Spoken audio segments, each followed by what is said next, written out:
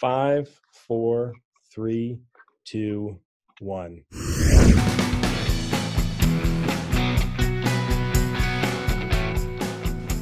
Hey everybody, thanks for joining us again. We're having a very special edition of the Talking Catholic podcast. It's our coronavirus edition, and we wanted to bring on some guests that would be very knowledgeable, not only about the coronavirus, but also about how they're dealing with it, as we are people who are practicing social distancing. So we're recording this using an apparatus called Zoom, which is a web conferencing service. Give them a little plug. And I brought in a number of my YouTube hosts and one of their mothers, who happens to be an RN. And we wanted to have a conversation about everything that's going on in the world and how we're dealing with it, both physically and how we're dealing with it spiritually. So as we go around the table, let me introduce first, and on my screen, I'm going sort of right to left here, Star Martinez. How you doing, Star? I'm good. How are you, Mike? I'm good, thank you. Can you give us your bona fides? What you have, not only are you a minister, but you are a youth minister, a young adult minister, but you are also a YouTube host. What is it that you do for us? I am the host of Keeping It Catholic. The channel's directed towards young adults, but it's really for anybody who really just wants to learn more about their faith and just get closer to God. And what about your other full-time, part-time job? In terms of the Violent Catholic Millennium Ministry? That I am a young adult group director, and yeah. Oh, she's so retiring about it. It's actually, she puts more effort into anything that I've ever seen, but you get her to talk about herself, she clams up. That's okay. Like it. That's fine. And next up in line is someone who I never have a hard time getting to talk, Donna Ottaviano-Britt. That's really nice, Mike. I thought it was me, Mike.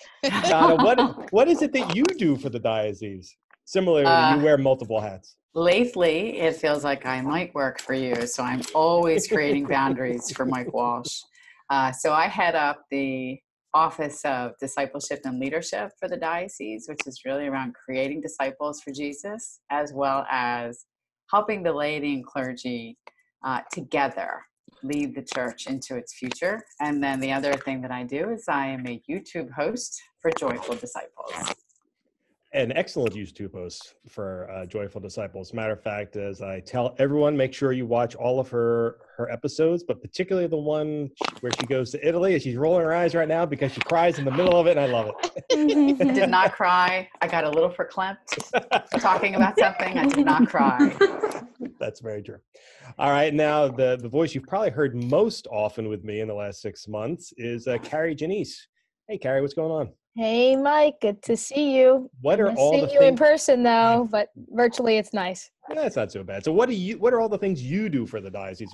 Okay, well, my full-time job is in youth and young adult ministry at Our Lady of Peace Parish in Williamstown, and that's geared towards youth, starting in 3rd grade, going all the way through young adults 28 years old with different respective groups. And I help out also on the public school level, running ministries called The Rock to minister the Catholic faith in the public school as well. So that's my ministry job. And then, Mike, you have me doing just about everything else. So usually I'm you can find me here on Talking Catholic as one of the co-hosts, a lot of times with Mike, on several episodes a month. So I'm excited. I love doing that. It's fun. And it's even more fun to do it within these parameters now.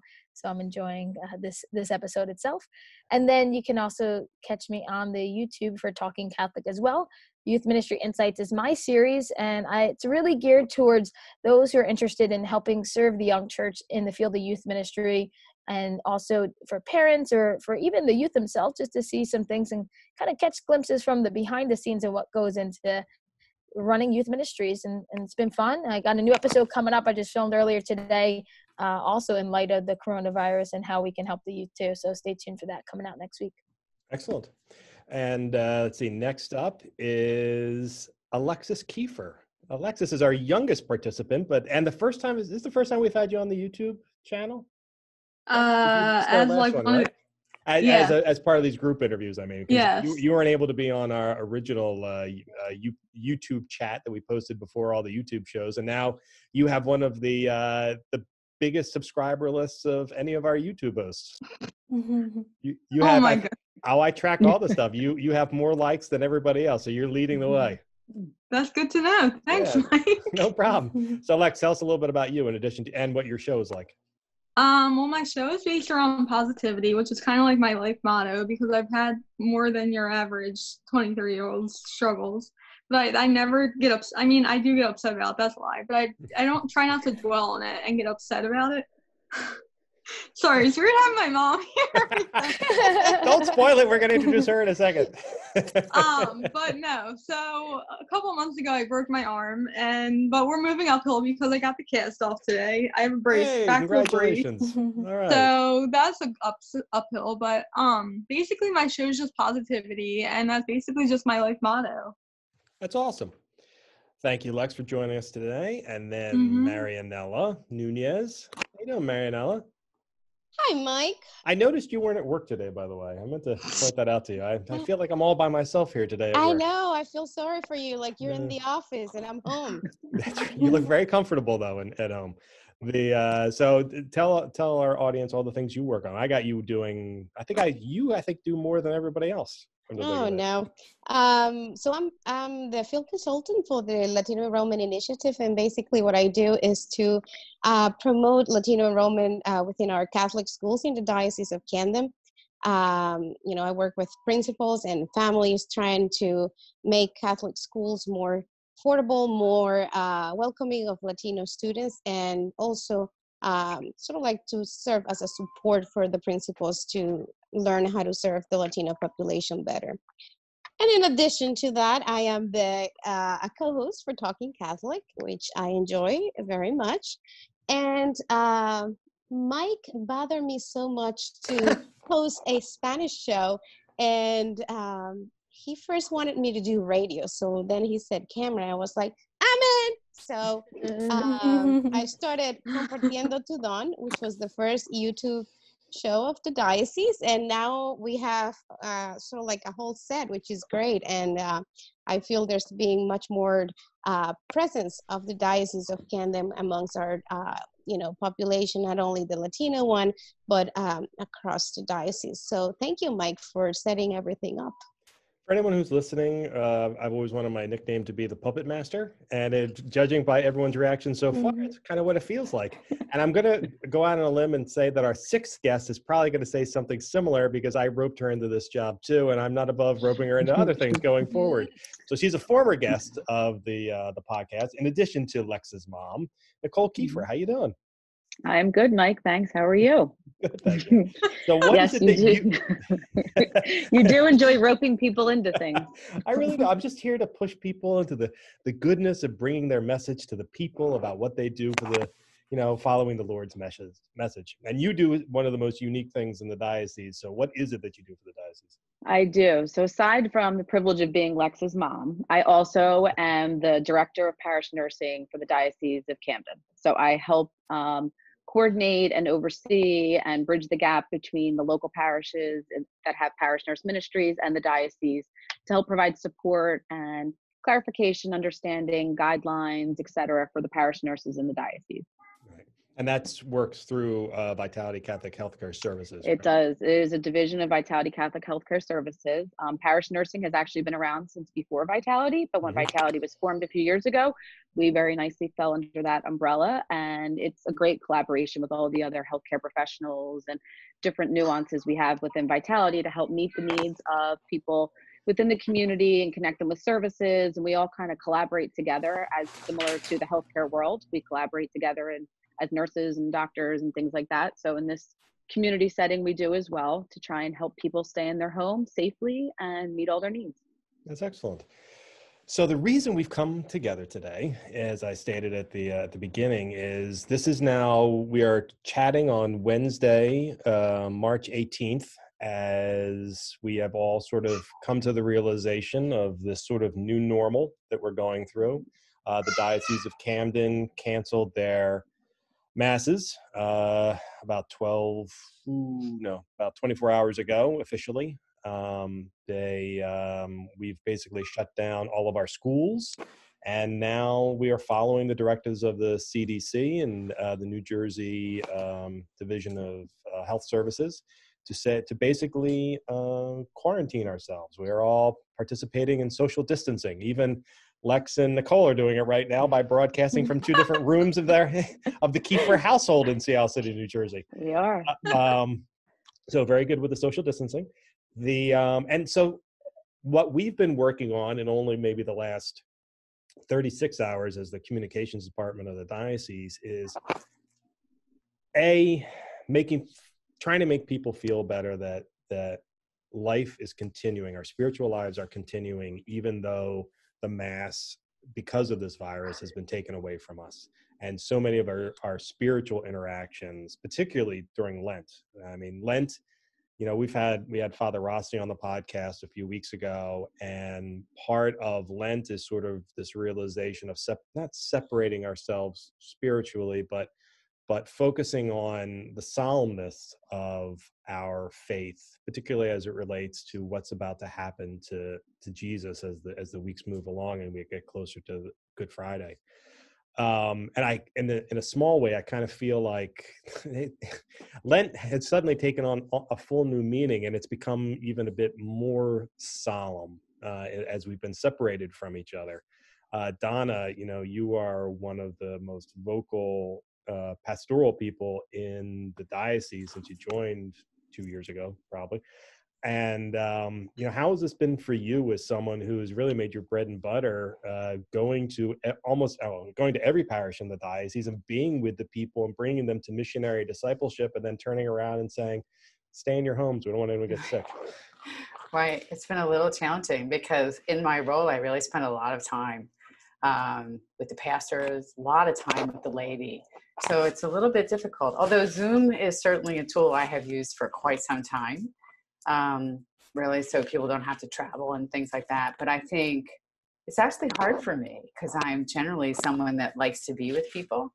Yeah. I like to be with people spiritually. I like to be with people as sort of they're advancing the work. So this is just finding new and different channels in which to do it.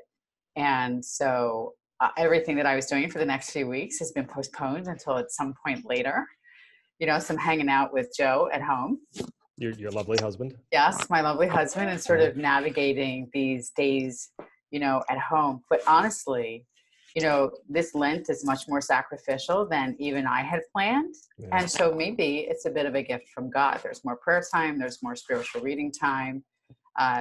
There's a little bit more time for some things while we figure out how to wrap ourselves digitally around each other, but not losing the opportunity to draw closer to Jesus at this time. It's our Lent. It's a real Lent for us. And, so some people might be listening right now and going, maybe they're not saying so much as that it's a hoax. However, they might be saying, oh, it's not really that bad. Well, Nicole, I brought you on to tell us, okay, is it that bad? How much worse could it potentially get? I don't suggest to say that you are an epidemiologist, as someone who does this for a living, but as someone who works in the healthcare field, in terms of the importance of listening to guidance that we get from medical professionals, how much should we be listening, and why should we be listening to what we're being told from a medical perspective? So how much should we be listening? We should really be listening. It's not, I've heard word out there that it's fake news, and that, the whole COVID-19 really, it's been around for a while. It hasn't. I was on a CDC call earlier today.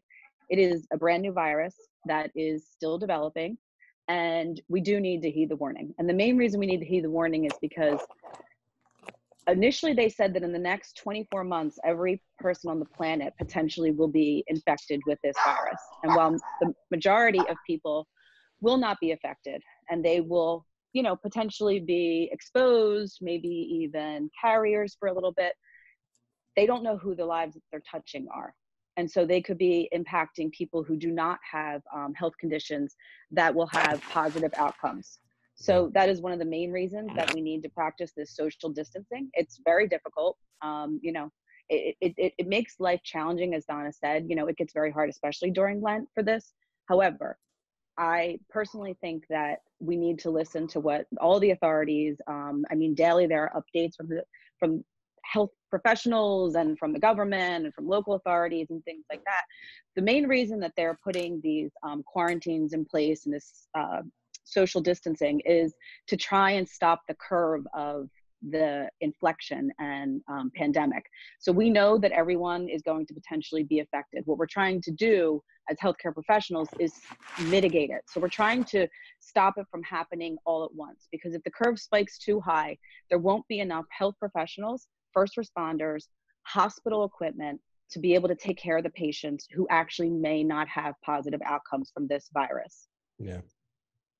So And, you know, I've lovingly referred to myself as a science aficionado. I'm not a scientist, but I'm a science aficionado. And I really get into seeing how things work from in an atomic level, quite frankly.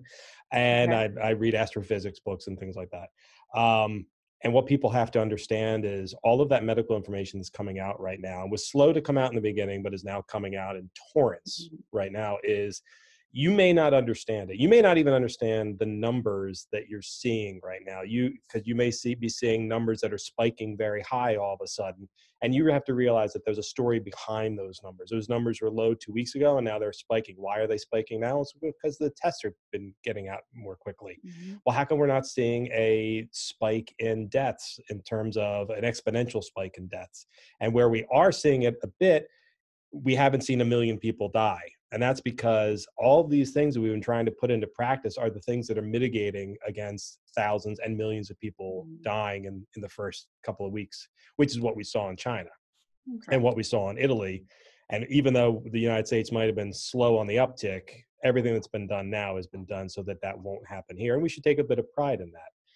Now, there is one group of people in the United States who, particularly in the Northeast region, who kind of ruined it for everybody else. And those were the millennials. So Star. Oh my goodness. Why were our millennial friends having such a difficult time understanding that these things are important, that we actually stay away from bars and not go out with all of our friends and things like that? Is this something that particularly affects millennials and their natural inclination, having just recently been teenagers and assume that they are impervious to everything, or am I completely wrong and that everyone's been like you, Star, and isolating themselves? I think, for one, it's been difficult, I think, for people our age to accept is that I think we are the generation, we like to be with each other, we like to hang out. And I think, unfortunately, sometimes it's being downplayed. And I think, when they say, oh, well, the flu's been around forever. And then, that also plays, I think, a role into our mindset. It's like, oh, well, the flu's been out and this has been out, it's really not going to affect me. Or, for example, when they say, well, the symptoms are similar to the flu, it's like, oh, well, people are just blowing it off. Yeah. And I think that's maybe why, because at first, I'm not even going to lie to you, I was one of those people to say, oh, it can never happen. Like, it's not going to get as bad as it's gotten right now, or it's not really going to affect me because I'm younger and it's really going to affect, someone who's older. And so I think, unfortunately, that's just the mindset that I think a lot of people have right now. Mm-hmm. And I've heard it verbally with my own ears. And it's sad that people think that way. They're not taking it serious.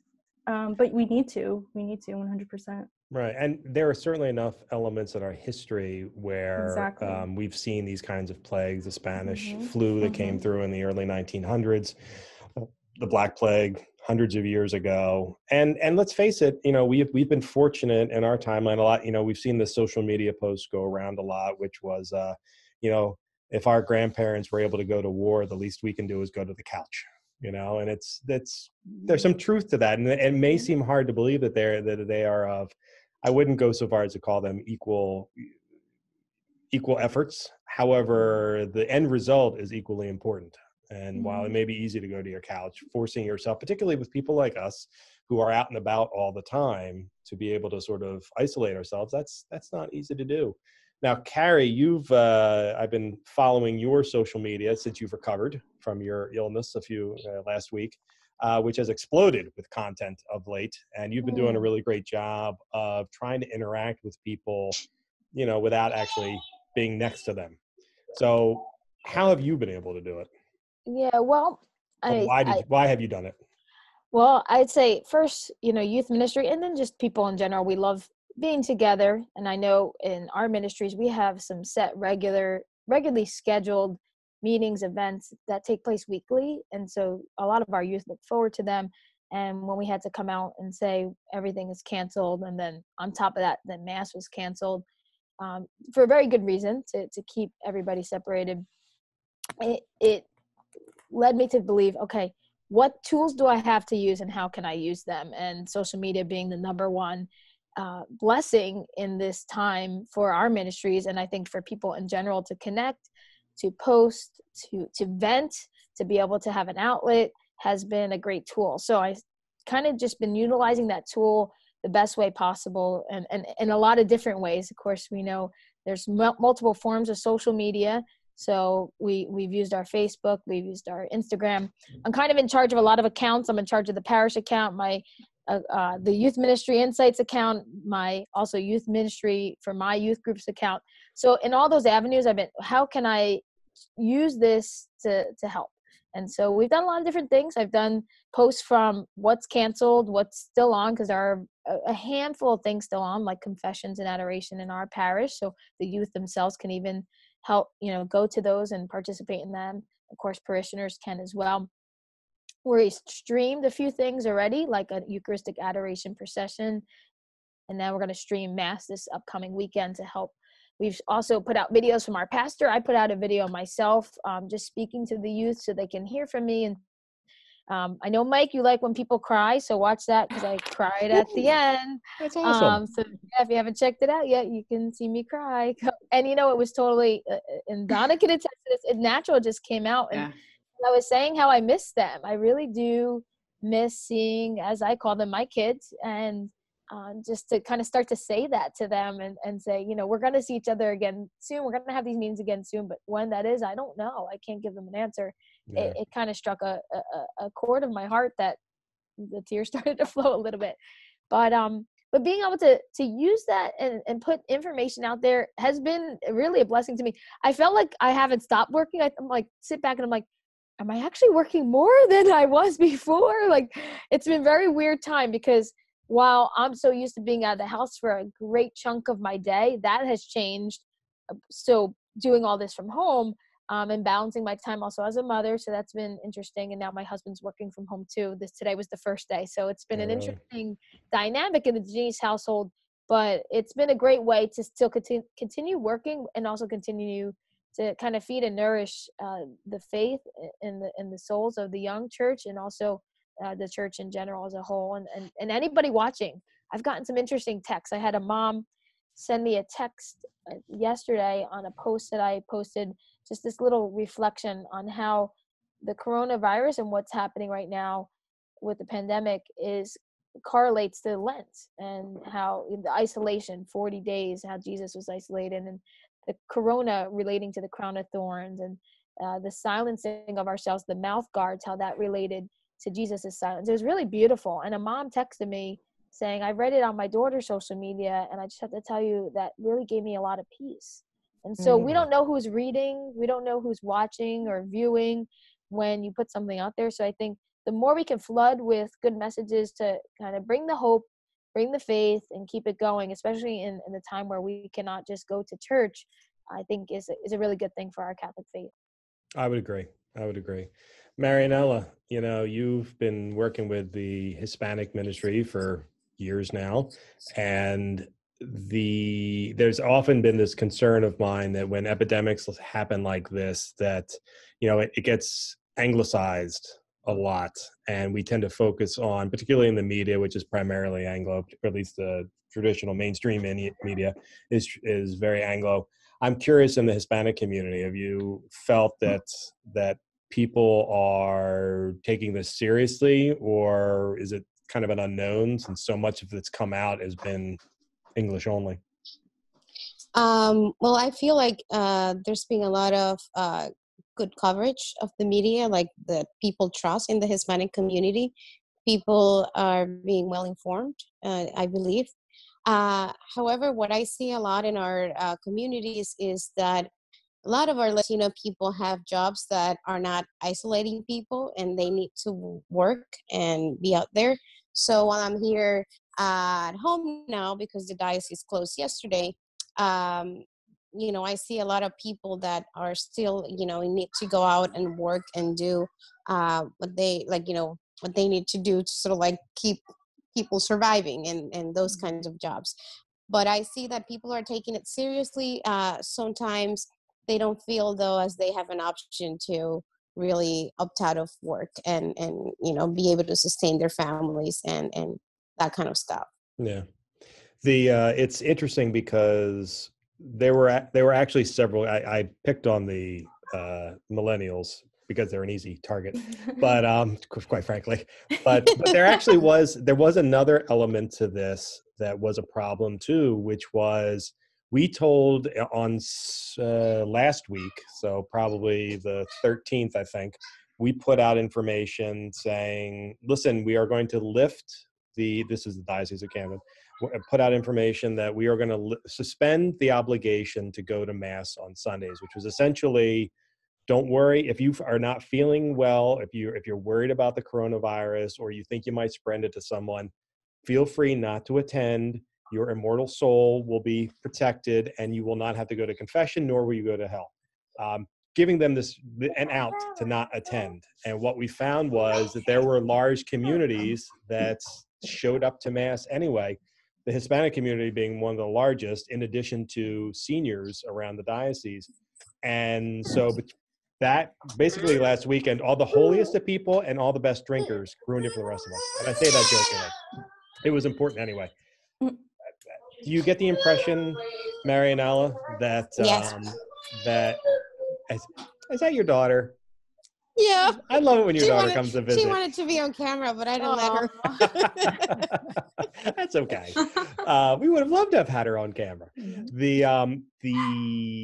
you found that it was very difficult hearing that the ability to go to Mass was going to be removed? Yes, I think that on Sunday I went to Mass and I found more people than what I expected to see there. And it was a lot of people just saying, if there's something we need to be doing now, it's praying. And so we're going to be sort of like brave and follow the rules. We're not going to do the sign of peace as we usually do, shaking our hands or hugging. The Hispanic community is, we don't have a thing like the circle, the personal distance kind of thing. So it's really, really hard to maintain that. So I was not expecting that this was going to happen so quickly. And, just the dispensation of Mass, we were like, yeah, we still have Masses. Like, we didn't think this was going to happen just this week, Yeah. And I bet you that if they had let the Mass schedule open, a lot of people would show up just, because they feel that, they need to trust God more than what, the doctors are telling us. And so I think it was a great decision from Bishop Sullivan to do this, because people just feel the obligation to go and trust God more than any other thing. And the truth of the matter was, if you look back at history, that was actually oftentimes our desire to be together in times of great tragedy was worked against us during a number of plagues and previous epidemics and pandemics, where this back in the day where science was not as far forward as it is now, is not as knowledgeable as it is now, we really did feel that coming together and praying together was what we needed to do, when in reality, that may have helped further a lot of the death we saw in the 1500s and even the Spanish plague in the early 1900s. It's we have a natural inclination. I wrote something recently for the diocese, just a social media post, where I talked about how it was important for us to come together by being apart. And this is what we have to do to be good Catholics and be good Christians is to be apart from each other, which kind of leads me to Lex. Lex, you, me in my introversion, and you in the physical issues that you've had to deal with through your life, you've been separated for long stretches of time from people because of your condition. And I'm curious, now that you sort of see that everyone else is going through this, who's never had to deal with this before, do you have advice for them? And by the way, if you have advice for them, go check out all of her videos, because it has a lot to do with that. I would just say, like, everything happens for a reason, and just trust that God is all in God's plan. Because, like, if life has taught me anything, it's that God doesn't give you anything you can't handle. So just roll with it, I guess. That is. I mean, not that that's like, because it's a very scary situation. But you have two different types of people. The people that are like freaking out about it, and like doing everything they can to not go out in public, and like what is it? Self-quarantine. Oh, social distancing. Yeah, right. Yeah, and then you have the people who are like downplaying it, saying, "Oh, it's not that big of a deal." Well, it's somewhere in between there, is my opinion. Like, you just have to have faith that it's all going to work out in the end, and God wouldn't give you anything you can't handle. This is very true, but as someone like yourself who's had to be isolated for long periods of time because you have physical manifestations, and let's face it, you get out more than any other person I've ever met with your challenges.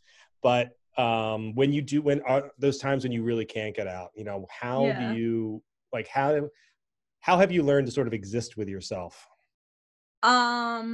Maybe just like surround yourself with people and like your family, or just do something for you, like read, or recently I've been watching a lot of Netflix, which I know is not the best, but it helps make the time go quicker. I disagree. It depends on what you're watching. Yeah. Well, right now I'm rewatching Gossip Girl for like the umpteenth time. Perfectly reasonable. But another one of my favorites is a show called Schitt's Creek. My mother can't stand it, but I think it's hilarious. That's one of the top rated. And for anyone who's listening right now, she did not just curse on the radio. That is actually the title of it. It's a person's last name, SCHITT''S. But that's actually, from what I've been told, that's not only is it one of the funniest, it's one of the nicest sitcoms that are on. It's on right now. Yeah, people just love it. It's just so, like, it's such a lighthearted show to just make time go by. Yeah. Well, that's good. No, those are true. I mean, and the truth of the matter is, I have to imagine that that people like Netflix and Amazon Prime and Hulu and the new Disney Plus streaming platform and video on demand, those servers must be getting hit left and right with what they've got to do. Most likely. My Disney Plus was not working about 15 minutes before this, and I had to leave John Ball for a few minutes while my husband signed off, and I'm like, this is horrible. It's not working. Now that's the end of days right there. Oh my goodness. Yeah, when you have a 2-year-old, that is tough. Well, for me, I think I'm the only one on the. Well, no, and Marianela does. So I have a 12-year-old, and he has been home from school, being essentially homeschooled, distance learning, I guess is the better way to put it, for 3 days now. And as most parents have been posting on social media, we now think teachers need to be paid $1 million a year, because when you have to do this all day long, it's a struggle. My wife has been handling the brunt of it, because while everyone else has been social distancing, I am considered essential personnel in the diocese, so I've been coming to work every day. So she's been doing all the heavy lifting as far as Jack and his schooling, but it's been a struggle for him too. I have to give a lot of credit to the schools. The decision to close the schools was very difficult. Something that Bishop really didn't want to do unless we absolutely had to. This was certainly at a time when the science hadn't quite caught up to speed yet. But the reality was, we knew that they were, as they were lovingly referred to as, vectors. They are the people who, actually, Nicole's nod, yeah, Mike, you used the right term. They are vectors. It's they are people who could, even though young people aren't necessarily being affected by this the way that older groups are, at least in the larger numbers anyway. They are people who can be carriers, and because of that, going to see grandma was going to be a big problem. And let's face it, a lot of our teachers are older, and that if a kid in the class got sick and got one of the teachers sick, or God forbid, one of our elderly nuns, that was going to be a problem.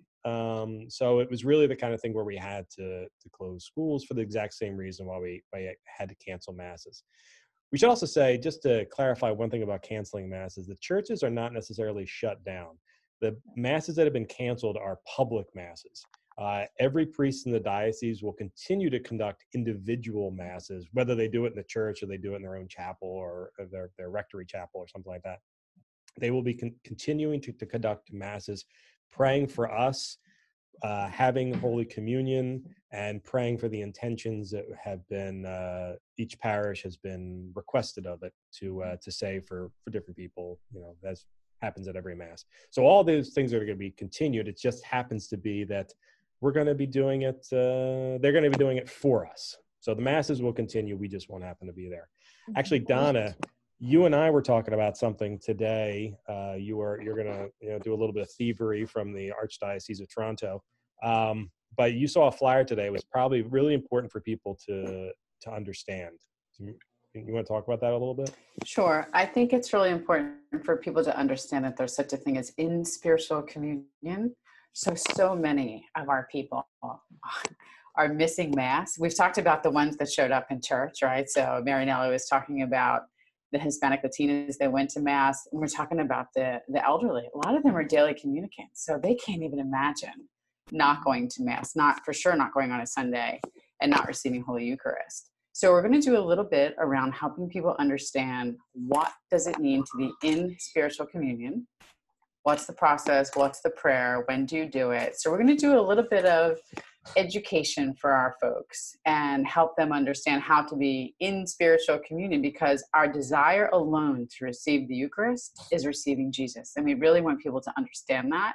So we're going to take a little bit of that on in terms of creating a resource for people across the diocese to understand that, so that they are not really missing the Eucharist. In your heart's desire, in your soul's desire for it, you do receive. Yeah. And that's, I have to give a lot of credit to our parishes. Catholics, many Catholics, we're slow to move sometimes when it comes to wheeling out new ideas. And we have been, in the communications office of the Diocese of Camden, has been amazed by just how quickly a lot of parishes have gotten up to speed in doing things like live streaming a Mass every day.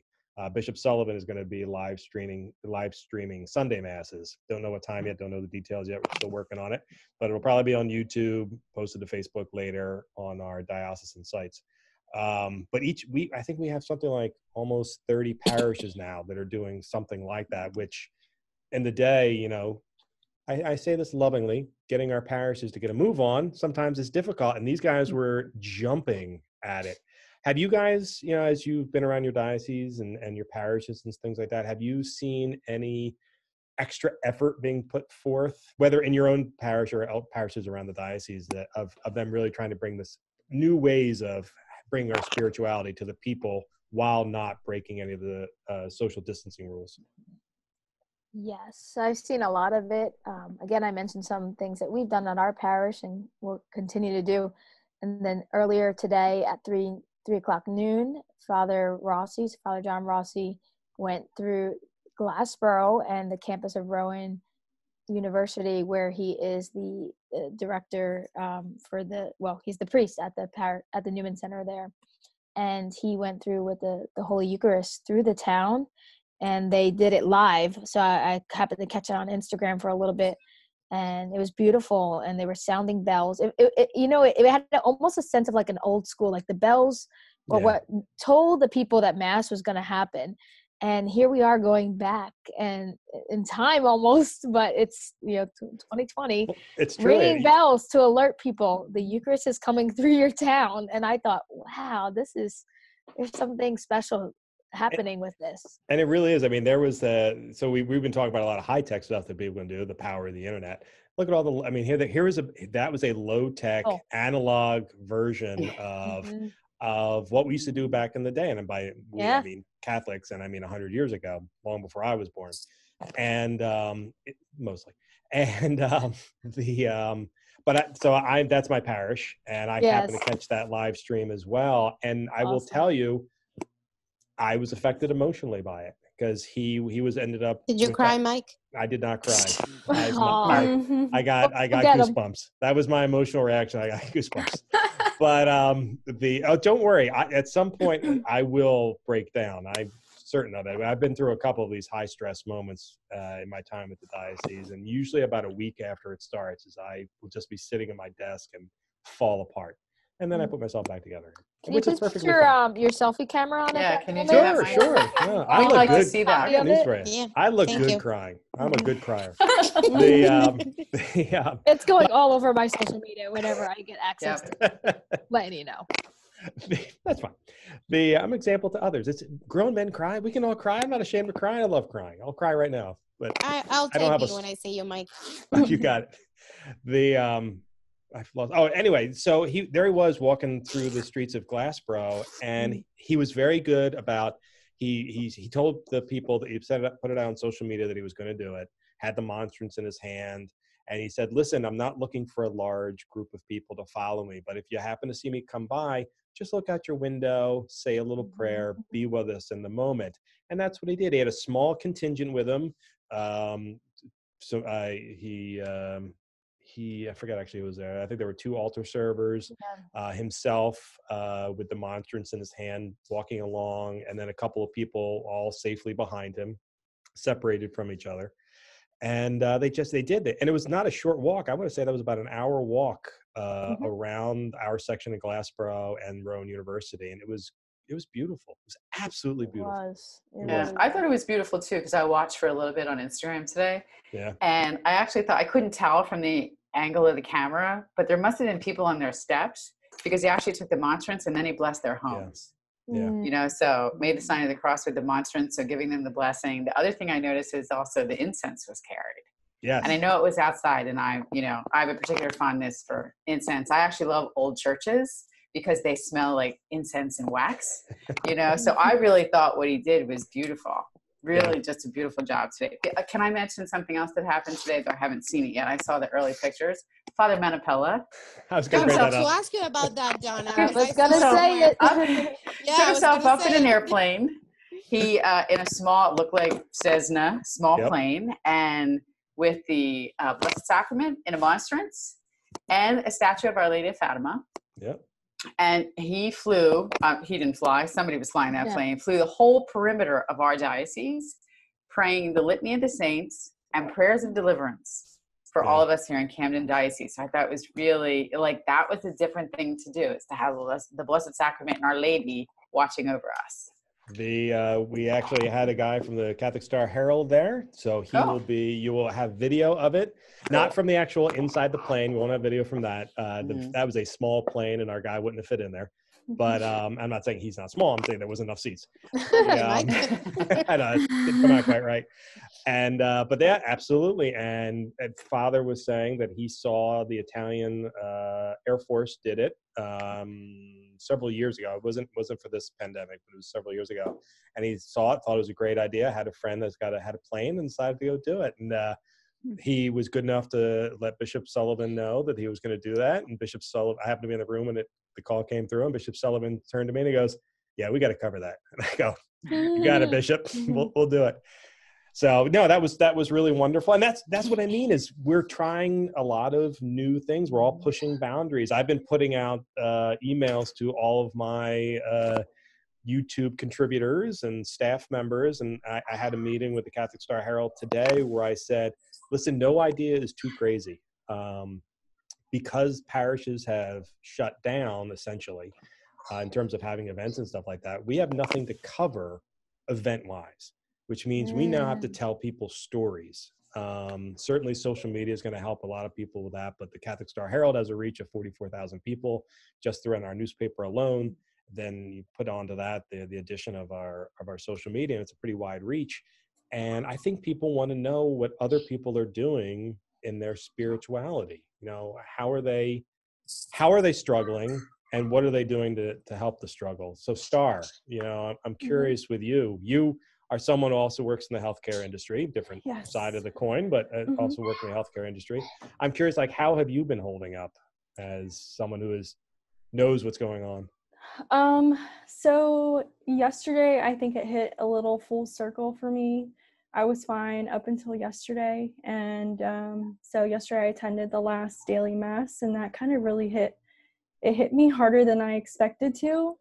And walking into work today, it was really hard for me to just remain focused and being positive. And, I hear and see all of the changes that the facilities are making, specifically for Inspira. And it's insane, the measures that, are being taken right now to assure that everyone's, remaining safe, healthy, and, for not only for the patients, but as well for all of the healthcare workers who work in the hospital. So it's been a little difficult today. So I'm hoping tomorrow is going to be better. That's a good question for both you and for Nicole. How the medical professionals that how are they holding up? I will tell you, in situations like this, I always look to the medical professionals first, not necessarily for the advice, although I do listen to that. As long as they don't freak out, I don't freak out. That was something I learned when my wife was giving birth, which was because, she was kind of panicking a little bit. And I said, honey, if the nurses look like they don't care, you got nothing to worry about. So Nicole and Star, of the medical people, how are people holding up? Nicole, we'll start with you. So another fun fact is that while I'm a nurse, my husband Matt is also a nurse, and he works in a local ER as a supervisor. And they're not freaking out. I mean, the reality is that hospitals have known about, had some information regarding this for quite a while. I think Virtua has been preparing for it since December, and a lot of them have, done their best and due diligence to be able to be prepared for this. To that point, however, there's always that anxiety over this is new, we don't really know what's going to happen. So, I think just having faith that you're doing the best you can, and that all of your efforts are to help humanity and to protect humanity and to keep our most vulnerable population safe, as well as to protect our healthcare workers. I think that's one of the reasons that they've put these quarantines and these isolations and these social distancing in place, is that it's not just for the public, it's for the people that would be taking care of you if you get sick. If people start showing up and they know they've been exposed and are not taking proper precautions, or if they're out there in the community not taking proper precautions, you could infect healthcare workers, which if that happens, we're bound to the same rules as everyone else. We're quarantined for the 14 days or however many days as well. If we start obliterating our healthcare workers, then our hospitals and all of our community environments that need these frontline personnel are going to be impacted as well. So overall, I think nurses are prepared, nervous, but they're doing their best to just not let their emotions take over. Yeah. So, Star, I don't know what your experience has been. We were actually in a healthcare facility today for Alexis's appointment, and it is a very, very populated facility. As a nurse, I will be completely transparent that when they called for the appointment, I asked if they were going to be limiting patients, and was told they are absolutely prioritizing. They've moved to telemedicine and virtual medicine for a lot of the appointments. When we walked in there this morning, it was a ghost town, and as nurses, it was so eerie. Matt and I both, not from a parent perspective, but as healthcare professionals, looked at each other like, wow, this is reality. You go into the food store and you can look through the Costco, Sam's, and BJ's aisles. There's no toilet paper and, all that. And that's all well and good. And we understand why people are doing that. But when you walk into a facility that normally has about 100 patients and kids and all running all over, and not a soul except for the workers are there, it's deafening silence. And it is alarming. However, you have to realize that it doesn't have to be scary. These are precautions that we're taking to try and protect people. Yeah, definitely. Star, you found the same thing that I think now they're just starting to, the precautions that they're taking, and it kind of sits in, and it makes it a reality. And it's like, we need to do this to protect ourselves and to protect the patients ultimately. And it has to be done, and it's going to be hard, and it's going to be a very stressful time to be able to, rearrange things, but it has to be done. So, yeah. That's good. I'm curious from all of you, our spiritual lives are in upheaval, right? And we've been talking a little bit about what that means. Have any of you been doing something different that you wouldn't have done if the Mass still existed, like even in your own homes, to sort of maintain your spiritual nature? Yes, it's been actually a huge blessing in our house to have the evenings together. So usually my husband and my own schedule are opposite, and I have my ministries mostly in the evening, most days of the week, and with a few evenings off, but not all of them. And I've had every evening off for the last few days. And every evening after dinner, we sit down as a family and pray the rosary together. Whereas that used to be done, I prayed the rosary on my own time. My husband prayed it on his own time, coming home from work or driving to work. Now we're praying it together. Our 2-year-old's running around doing what he's doing during it. But it's been really beautiful as a family to do that. And then we've utilized Zoom with our youth ministry to have these same kind of interactions that we're doing right now, which is like a video conference, to pray together and to meet and to touch base. So a few of the youth and I did a trial run of it the other day, and I touched base with each one of them, asked them how they were each doing, talked to them, and then we had some time to pray together. And in both respects, it's been really nice, because these were not normally scheduled things that I would have done. I would have been doing it in a different way. And now to let this time bring us together in such a way has been really nice and peaceful. It's been a super overwhelming amount of peace in my own life, and I think bringing peace to others too. Well, how about you? Donna, I actually thought about you a couple of times over the last couple of days, and not my usual hateful ways. Thank goodness for that. I'll consider that a great blessing in my life this Lent, Mike. Thanks. Oh my God. See, if I do another thing you tell me I have to do. I'm about to say it's gonna turn. It always goes one way or the other. Either I say something complimentary followed by an insult, or I start with an insult followed by something complimentary. Always balance. Yeah. The reason because I was actually kind of worried, because usually you are at the forefront of social media, or you're blowing up my phone with ideas, and I didn't hear from you for days, and I actually got a little worried. Not until today, but eventually I got worried, and I was like, wow, I hope Donna's okay, because he hasn't been posting much. So what have you been doing with yourself as you're locked in with your wonderful husband? So I have a similar experience to Kari, as a little quiet time at home. Joe's retired, but I'm usually on the go a lot with all these things to do around the diocese. So it's actually been very nice. We're doing a little spiritual reading. My parish is actually in the midst of a Lenten mission where we are gathering in each other's homes to explore and discuss the return of the prodigal son by Henri Nouwen, which has been a beautiful experience. We're moving those to Zoom calls now, though. And just to kind of engage in that. And it's been an opportunity to check in with the really active leaders around the diocese right now, trying to get a sense for what are they doing and how might I help them, or how does the diocese help them with the needs that they have uncovered? Like, how do they take care of their parish family at this time? So it's really a reflective time, I find. It's a very Lent, if you will. People really trying to take an introspective look. People still trying to gather. Like, there are some places where Eucharistic adoration is still going on, but they're very careful around the social distancing. We are born to be in community. Yeah. We want to be together.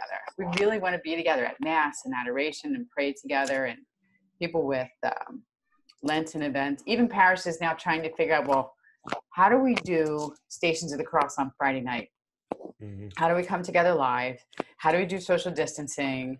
How do we keep our, most at-risk parish family members, safe in all of this time? So some of them really kind of opening up to even doing like Facebook Live, right, for stations. And so really kind of thinking around the new ways to do things. And it's so interesting if you think about where we were a year ago, right? A year ago, and there's a couple. I don't want to think about where we were a year ago. No, I know I hated like a year ago. A year ago was worst. I know you did, because you thought you were working for me then, and now you've turned the tables a year later. So paybacks, Donna. a year ago, so this is what, March 18th? Yeah. We were 11 days out from the convocation of Catholic leaders to join the gospel in South Jersey. If this had happened last year, it just would have been another layer in, what feels like a devastating spiritual time. And it was also Lent. Yeah. However, what I will say about that, and I've said to a number of people, I think spiritually there's been fruits from the convocation that I think that whole idea of church, we can't do what we've always done. We really need to evolve and think about how we engage people. And that's been a little bit of a struggle for us. It's like, wait, this is the way we've always done it. Yeah. Well, you know what? Welcome to this Lent. A year later, we are spiritually stronger. And we're actually, in this course of time, thinking about new ways to do things and wrap our arms around people in different ways we haven't done before. Yeah. So there's some hope in all of that too. That is a very cogent, great, comforting way of thinking about it. Though I am breaking out in hives thinking about the convocation last year, but so it's not worth it. We had it. It was terrific, but it's next now. That's right. All I got to say to you is beloved. I was going to say it. Right, there's beloved. It was a great time, Mike. We just enjoyed too much of planning the convocation and then seeing it happen. And now Donna is continuing the work. So I think it's, it proves that it was something that it was worth the investment and it was worth having it. And people are still talking about it. Right. And it really was. And actually, I think with the possible exception of Lex, were we all part of it? Kari, did you go to the convocation list? I did. Oh, no, you didn't get invited. That's right. I forgot. I actually was invited. I declined because I had a 1-year-old that I didn't have childcare for. Right, that's right. I forgot. But other than that, the rest of us were there. It was fine. It was great. I heard a lot about it, though. It was not fine. It was great, Mike. Come on. Yeah, right. It was great. It was great. I do have to say something before you move on. Just adding up to what Donna was talking about and Lent. Mm-hmm. I have the feeling that when we come to Easter Day, that this is going to be a very special Easter season for all of us Catholics. And, it's like, we're going through a suffering right now, just like, not compared to what Jesus had, but it's a kind of suffering, and it's adding to our sacrifices during Lent, so we can sort of like offer that in prayer, and there needs to be a combination so that when it comes to the day of the resurrection, we will rejoice. And I hope that the coronavirus is getting better then, and that is such a special day that we can all be happy in the world and see the hope. Yeah. And I keep praying for a miracle, realizing that sometimes, God answers with no. And I've learned to accept that, like all of us have rather. Mike, What? He doesn't really say no. He doesn't say no. He says, I have a different plan, Michael. Mm-hmm. I have a different time. No, comma. Yeah. I have a different plan. Fine. There you go. The thing that's, difficult, or the thing that I've kind of the thing I've been trying to wrap my brain around is the realization that, and I think it's important that people do realize this, that the changes are going to be incremental, that it's not going to be, it's not going to be the flip of a switch where we can all go back and do our thing. That's going to happen. And I see Nicole sort of nodding her head right now, that things are going to get slowly back to normal. It's not going to be one day everything happens again. Right, Nicole? No, it's going to be a new normal. And, being new to this environment with the podcast, the one thing that's been resonating, and I keep thinking, is necessity is the motherhood of invention. And I think that the one thing that everyone, sorry, Marianela, I didn't mean to steal your thunder, but I think the Holy Spirit has been guiding every person on the planet. That's great. In whatever respect they are. And, the other thing I'll add, number one, Lex is very humble. One of the ways that she gets through times when she's isolated from the world is things like this. She utilizes technology immensely. It's not very uncommon for us to all of a sudden hear her at 10 o'clock at night on a call with somebody on the West Coast. And I think, that's what everyone here has been saying, is that we're thinking outside the box. And while as a nurse and a mother and a healthcare professional and a Christian and a Catholic, I don't want ever to see something like this pandemic here. I also think that the world a little bit needs to change. And I think we need to realize that, the miracle that you would like to happen, Mike, I agree kind of with Donna, is that it might not be what are all those songs? And there's verses that, of course, escape me right now from the Bible that say you might be praying the wrong prayer. We don't necessarily need a miracle. We need an eye-opening experience that is going to help the world realize that we are not as invincible as we are, and that we need to bond together and work together and get creative, as the convocation so graciously taught all of us, is that if we keep just the medicine, we used to say, we keep doing what you do, you're going to keep getting what you get.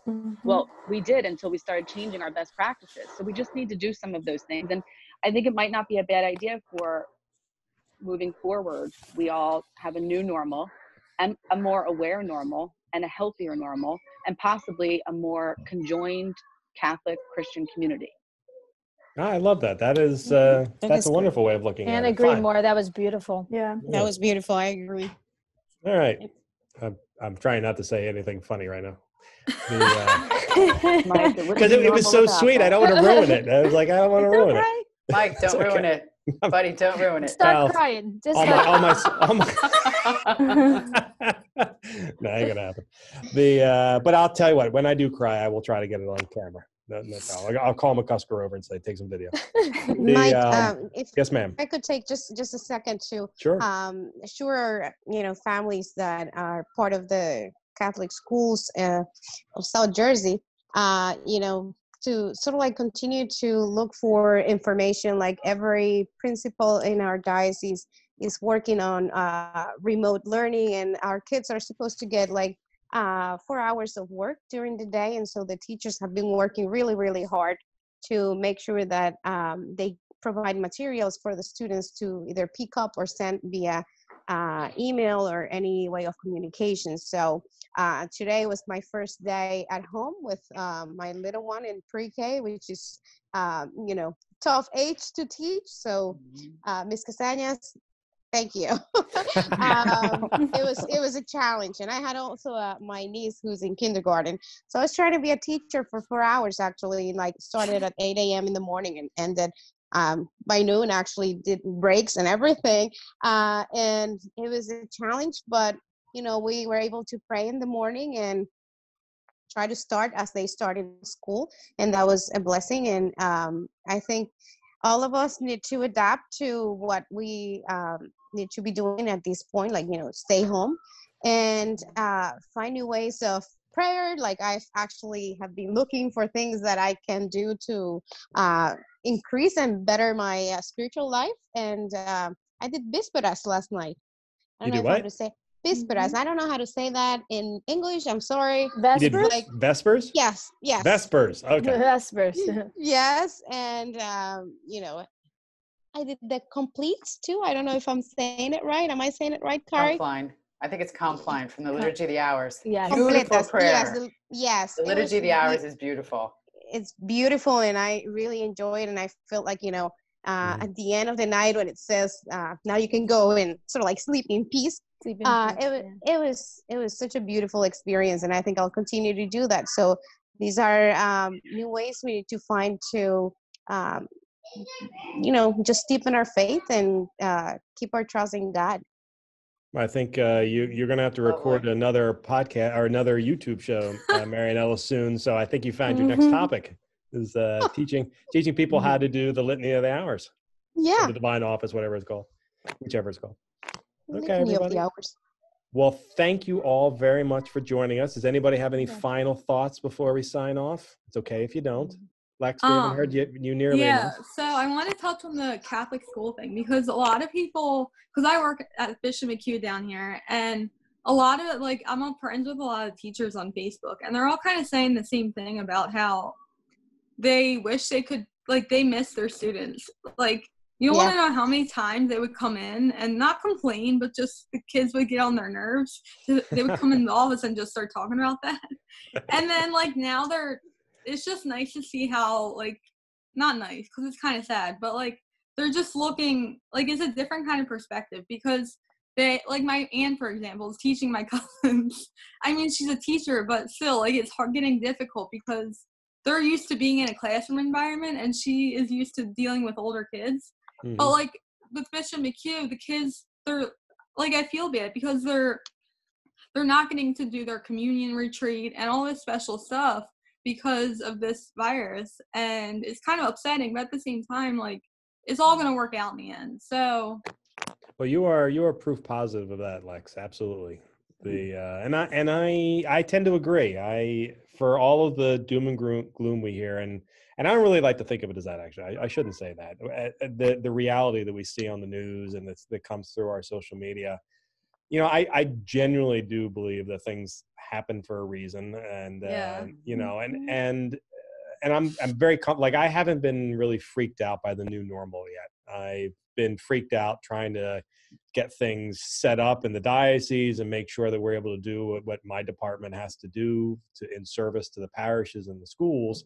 But it has, I don't know if maybe that's when I'll break down and cry, is on, the first day I'm actually home with nothing to do, looking at the walls going, what am I going to do? But I will tell you that the thing that has made me happiest is that I have seen a lot of great ideas come out, and people are sitting there going, I don't get the impression too many people are sitting there stewing that, well, I've got nothing to do. It's what, they don't seem to be depressed. The ones that seem to be handling it particularly well are the ones who are making an effort to figure out new ways of keeping themselves motivated, keeping their spirituality up, and finding new ways. So I guess the real way is to sort of get through it is you just don't stop. Just keep doing something every single day. You know what?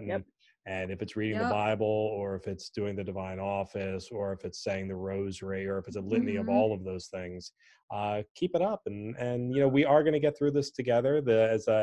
Bishop celebrated his 75th birthday on Wednesday, or Happy Tuesday, birthday, rather. Bishop. Yeah, Tuesday. and if you speak Spanish, I highly recommend you check out the latest edition of Compartiendo to Donna on YouTube, where Marianela and Jose, her co-host, sat down with Bishop Sullivan for a 30-minute interview, and it was really, really good.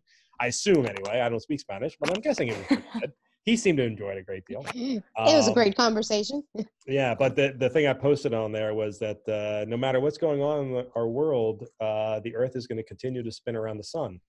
And because of that, we will have something to do every day. So just do everything you can to go out and do something.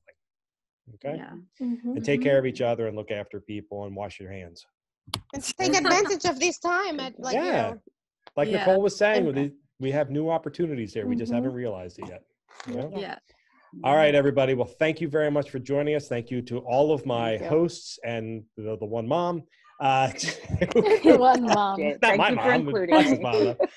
To our hosts of our various podcasts and YouTube shows for joining us today. And thank you to all of our listeners for joining us today. And we will continue to bring new content to you. We know it'll be kind of strange, but for a while, but we will keep doing it. Thank you, everybody.